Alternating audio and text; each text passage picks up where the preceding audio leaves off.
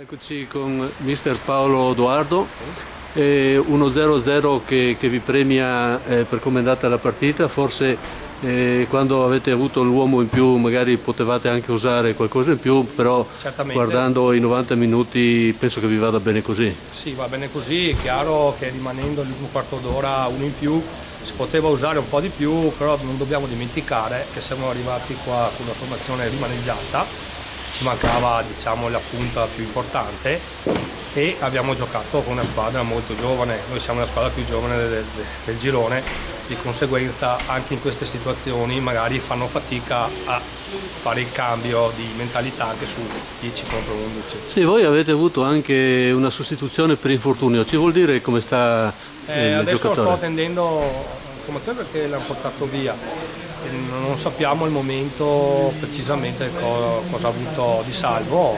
Abbiamo avuto 3 sostituzioni per infortuni, 2 per botte ricevute e una abbiamo fatto muscolare. Voi siete venuti qua ultimi in classifica, però a vedervi giocare insomma non si direbbe. Teniamo conto che noi avremo 5 punti e non 3 perché 2 punti ci sono tolti, quindi nella classifica noi abbiamo 5 punti sul campo. Poi vabbè, è andata come è andata, abbiamo perso 2 punti a tavolino e stiamo recuperando, però non dimentichiamo che è la squadra più giovane, siamo partiti in ritardo rispetto agli altri, stiamo giocando anche con una media di 6-7 under ogni partita.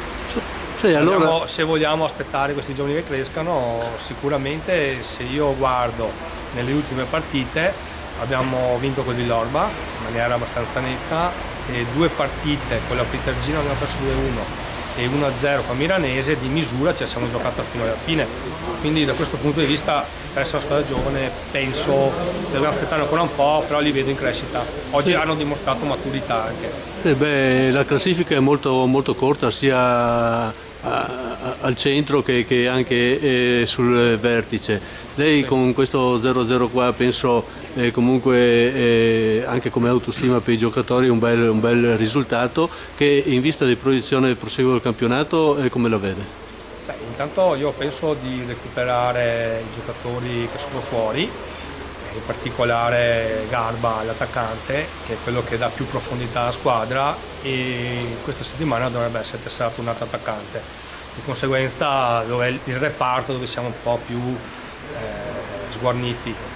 Aspettiamo e continuiamo a lavorare, i ragazzi devono lavorare continuamente.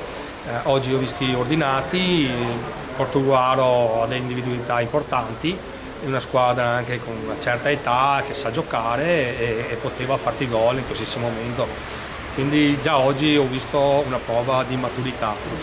Diciamo che i giovani hanno anche questa caratteristica che non hanno continuità. Sì, allora lei è fiduciosa insomma. Sì, fiducioso perché se guardiamo noi abbiamo giocato con il Villorba, abbiamo fatto la nostra partita e abbiamo giocato con una squadra che aveva battuto il Treviso, quindi non era... manca la continuità in questo momento, ma è una caratteristica dei giovani. Bene, grazie mister. Grazie a